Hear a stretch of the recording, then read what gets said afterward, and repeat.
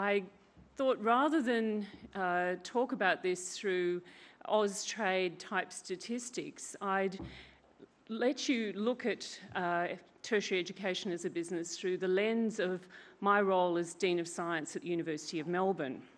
Now, I think many of you in this room would not really know what a Dean of Science does. Unless you are in academia, you probably glaze over and can't imagine what the job is.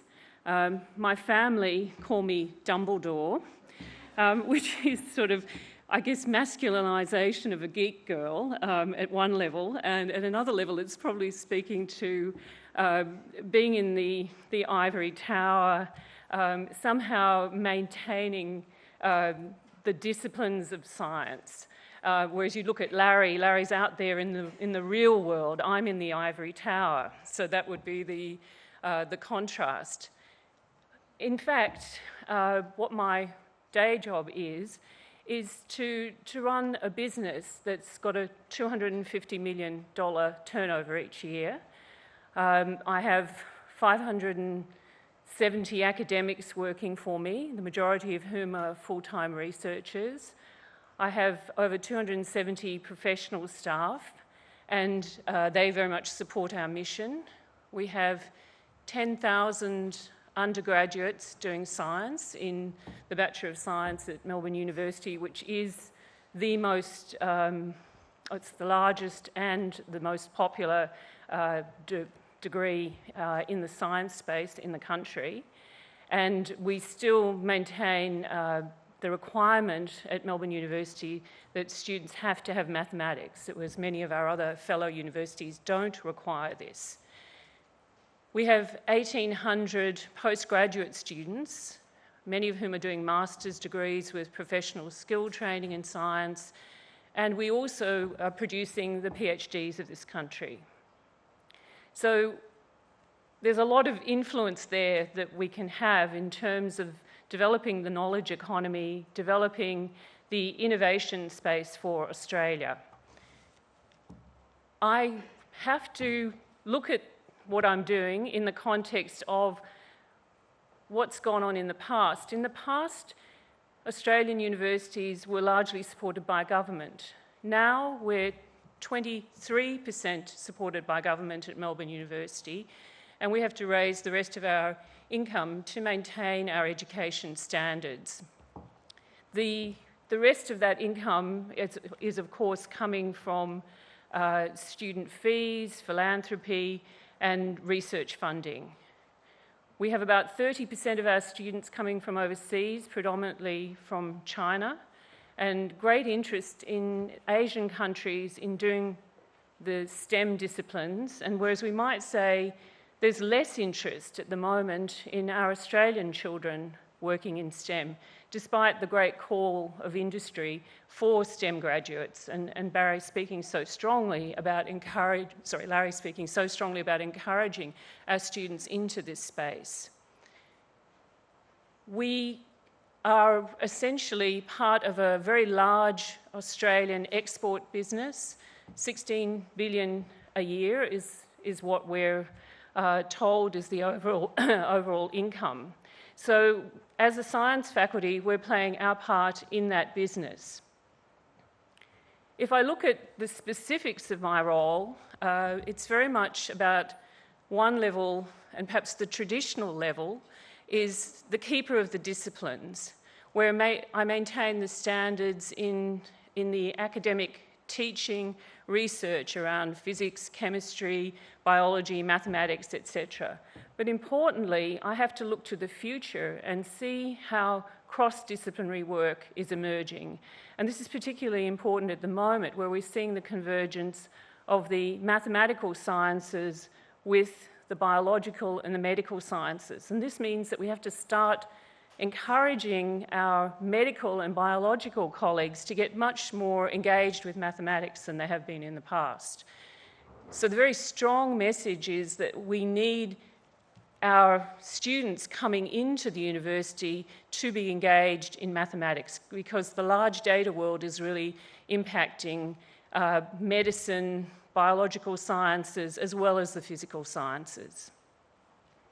So I'm the keeper of the disciplines. I manage everything from looking at reproductive biology in marsupials to having physicists looking for dark matter down Store gold mine.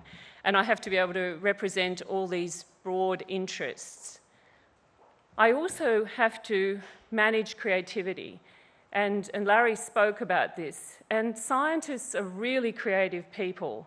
And they're going to go off and they're going to discover and they're going to find things. And exactly as he said, we don't know what they're going to find, but what we have to be smart about is figuring out the connection between what they find and what problems can be solved.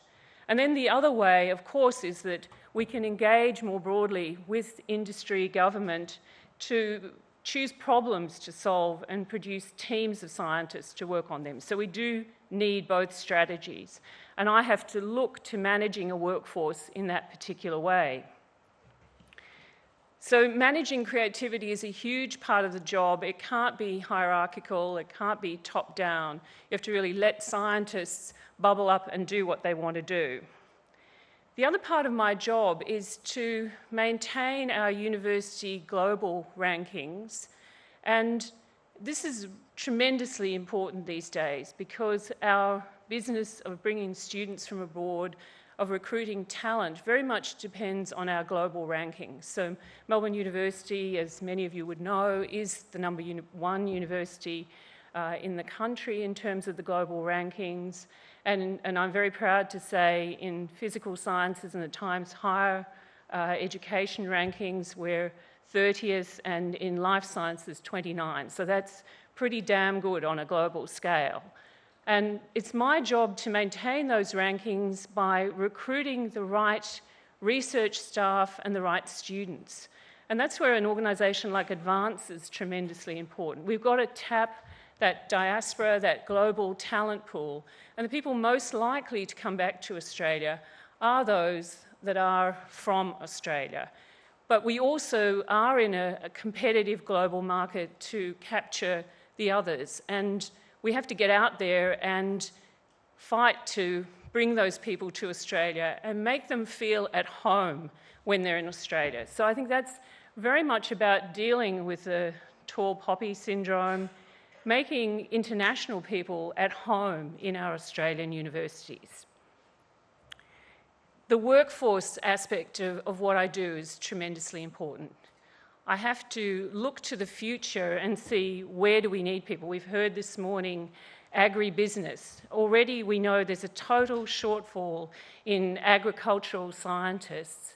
We're not training enough. I've only got 18 students doing agricultural science at Melbourne University in the BSc. That's extraordinary in an area where people are saying there are tremendous opportunities. We have, in response, set up a Bachelor of Agriculture to try and draw people or young people into this field, but there really is a lot of work to be done there. So there's really the demand of industry saying we want people working in this space, but we're not producing them. So we have to change our courses, we have to change directions in order to bring them into the university. The overall shortage of STEM graduates is really a problem, and I think it does go back to the schools. The Chief Scientist has spoken at length about this. We've got students, we've got teachers teaching mathematics who are not trained in mathematics. It's a real grassroots problem that has to be solved. We've got really the problem of just attracting and maintaining people in the STEM disciplines. And for those of you who don't know the STEM word, science, technology, engineering and mathematics, it's not including medicine. We have so many young people coming into our Bachelor of Science degrees who really want to do medicine, way more than are ever going to get positions in medicine. And we have to work with schools and careers teachers, etc., to start getting them to understand the broad number of careers out there for students in science. So the STEM workforce is extremely important in developing the knowledge economy. And in the role of Dean of Science, I have to be very much out there figuring out what it is that industry, government sees for the future of this country. But we're certainly not going to have a knowledge economy without scientists. Lastly, I just wanted to comment on our engagement with industry and government. We're very, very bad at this in Australia. I've worked at Oxford University and New York University. In both the American and British systems, scientists in universities are very, very good at engaging with industry and government. And there's this constant movement of people between industry, government, and the universities. We've got to set up structures now within universities to make that a much easier road or career path for individuals to move between these different kinds of organisations. And so that is a significant part of what we're trying to do at Melbourne University. Again, like others, we're trying to set up an innovation space in what we call the Carlton Connect precinct in Melbourne University to get that proximity between innovators and the academics. Another thing that we're doing, and I've found myself in my role looking at developing an art science project. One of the important areas that we see as being a creative space to teach about creativity and to encourage more 15 to 25-year-olds into science is to focus on the STEAM discipline, put the art into the science. And we're looking to set up a science gallery project at Melbourne University. This is a program based at Trinity College in Dublin that's going global, supported by Google. And we've won the competition to set up a science gallery in Melbourne, and we're in the development phase of this. So my role is quite complex, and I think having people, rather than glaze over when you say you're the Dean of Science and understand what a Dean of Science does, is really the aim of this masterclass. But more importantly, it's really to allow the business and government community to really engage with what is going on in universities and see the wealth of opportunities there and really approach people like me to connect. And I should be approaching you to say there's tremendous talent in our universities, tremendous opportunities, and we need to get that connectivity going much more strongly in Australia. Thank you.